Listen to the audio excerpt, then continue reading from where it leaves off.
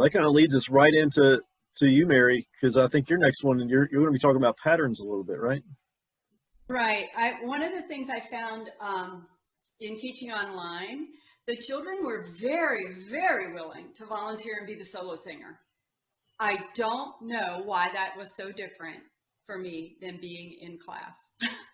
But I would say, is there anyone out there, after we had been doing, for example, so, mi, do, and we had been doing it, you know, for weeks and weeks, and or a few weeks, and I was watching them. I could see they were singing, because I would say, now, did you really sing? I'm not sure.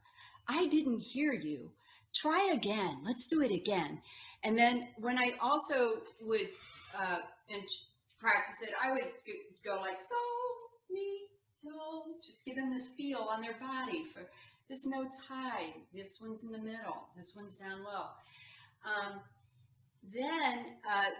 When I asked them, is anybody out there who'd like to sing by themselves? Oh my goodness, they all wanted a turn.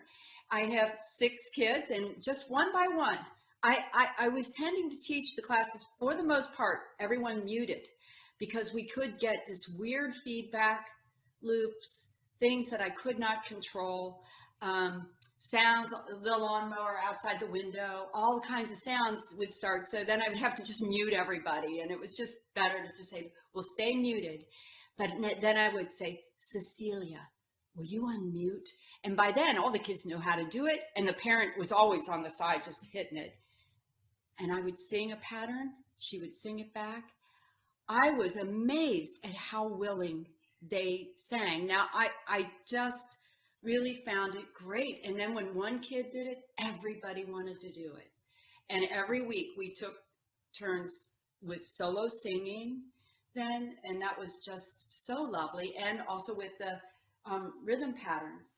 Now, one of the things I found, I'm going to bring this over real quick, is, and I'm sure everybody's got one of these, this one's a metal music stand. Now yes, right, just like that, Ellen. And I found initially I had put everything on PDFs, and I would just share my screen and use the cursor to kind of like the bouncing ball when we were getting ready to read, when we got to that point.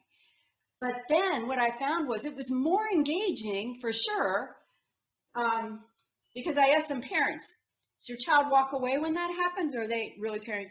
Well, I had to get them over there and say, let's look at the notes together or whatever. But when I did this and introduced it and put it right up there, and then I'd bring it back and say, I'm going to put that one right here with a magnet. And I made it be something they saw right after we had been doing it. It was a game changer. I did this, this works for listening to animals. Much better, much better than sharing my screen. Much better, because they still saw me. And that was important, right? And I didn't realize it until the first time I did it. And then I asked for some feedback from the parents, and they said, oh my gosh, they couldn't walk away. They wanted to see those cards. They wanted to see you and you doing crazy stuff to the cards, like, I have no idea what my hand's doing right now. I wonder which one that was. And then all of a sudden everybody trying to tell me, oh, Miss Mary, that was do. They're all trying to unmute and tell me, oh, are you sure? Oh, you're right. So I would just get kind of crazy, and I did that with rhythm cards. I did it with, right? Yeah, so for our major patterns, I did the same thing and did things like, and so I would just always be like a teacher in a classroom, but just be right here. And it just was beautiful. It worked so well. The kids would get out their cards that they had then and show us in the screen. And that was really fun. So I would say, can you find do, day, do? Say that, do, day, do. And go find that card. They're showing me. So I really have to say, I don't know. I didn't think of it all the time. I got little magnets. This might work.